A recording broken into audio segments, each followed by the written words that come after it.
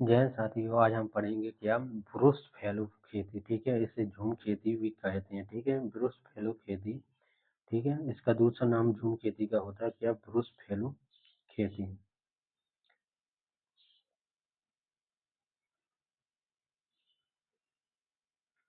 ठीक है, ब्रुश फैलो खेती, इसे स्थानांतरित खेती भी कहते हैं, झूम खेती भी कहलाती है। ठीक है, इसमें क्या कहते हैं कि सबसे पहले जो अपने आदिवासी लोग होते हैं, ठीक है, वो जंगलों की कटाई करते हैं। ठीक है जी, और वहाँ पर जो जब सूख जाता है तो वहाँ क्या कहते हैं, यहाँ पर खेती कहते हैं। ठीक है, सूख कर जला देते हैं और फिर क्या कहते हैं, खेती कहते हैं। ठीक है, इसे समझने के लिए सबसे पहले अपन देखते हैं झूम खेती जो होती है, या इसका अन्य नाम क्या है, ब्रुश फैलो खेती के नाम से भी जाना जाता है। ये एग्जाम में कई बार पूछता है। ठीक है,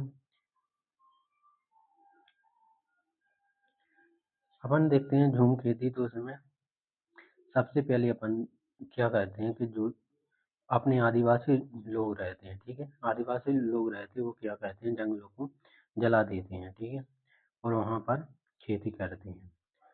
इसकी डेफिनेशन देखते हैं अपन। तो कुछ आदिवासी प्रजातियों जो वहाँ जंगल एवं पर्वतीय क्षेत्रों में जंगलों की कटाई कर, ठीक है, कटाई कर कुछ समय तक खेती करना तथा इसके बाद अन्य स्थान पर स्थानांतरण हो जाना।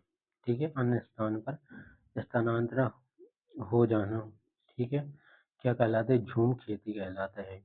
झूम खेती का दूसरा नाम है ब्रुश खेती या स्थानांतरण खेती। ठीक है, ब्रुश फैलो खेती। ठीक है, फैलो खेती। ठीक है,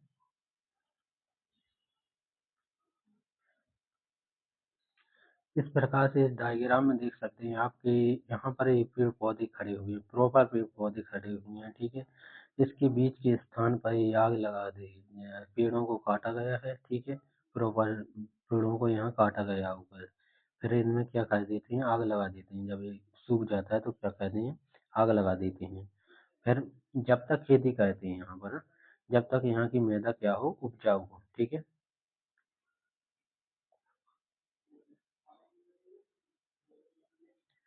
जब तक यहाँ की मृदा क्या होगी, उपजाऊ होगी, तब तक खेती करेंगे यहाँ। ठीक है, फिर दूसरे स्थान पर स्थानांतरित हो जाते हैं आदिवासी लोग कहते हैं। ठीक है,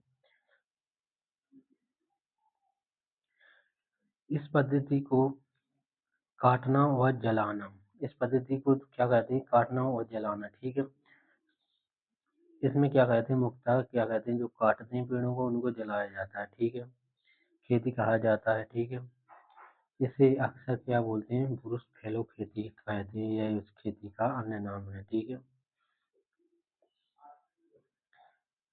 अब एग्जाम्पल में यह खेती कहाँ पर होती है, तो यह नागालैंड में सबसे अधिक जो खेती होती है, झूम खेती होती है, कहाँ पर होती है, नागालैंड में देखने को मिलती है अपन को।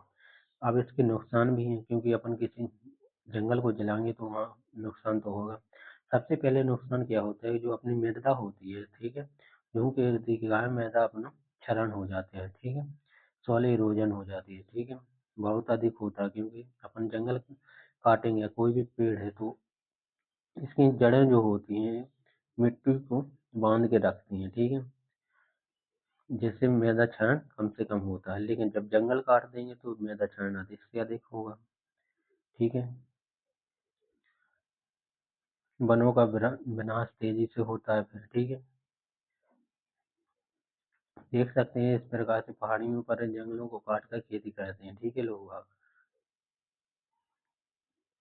अब ऐसे अपन एरिया की बात करें तो जो क्षेत्र होता है, इसका क्षेत्र कितना है झूम खेती का। ठीक है, भारत में देखे जाए तो 4.9 मिलियन हेक्टेयर, जो बहुत ज़्यादा कहा था होता है।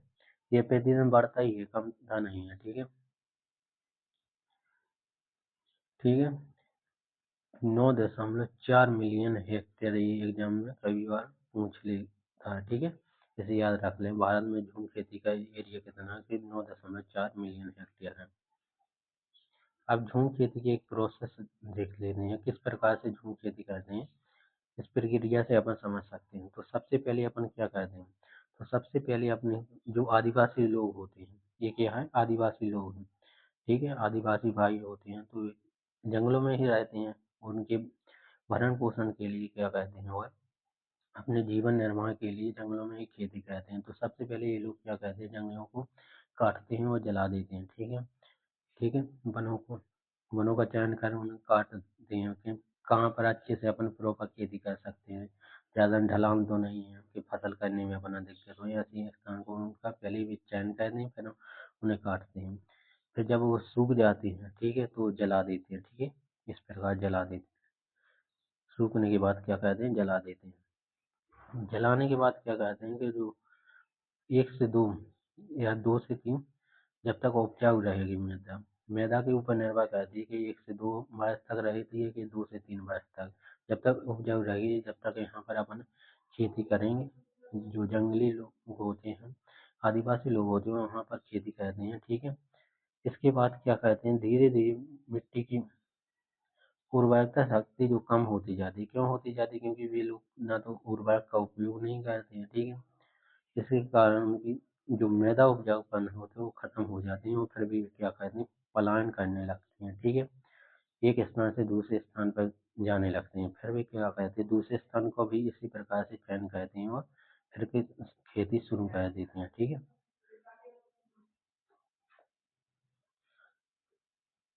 तो थैंक यू साथियों, मिलते हैं नेक्स्ट लेक्चर में।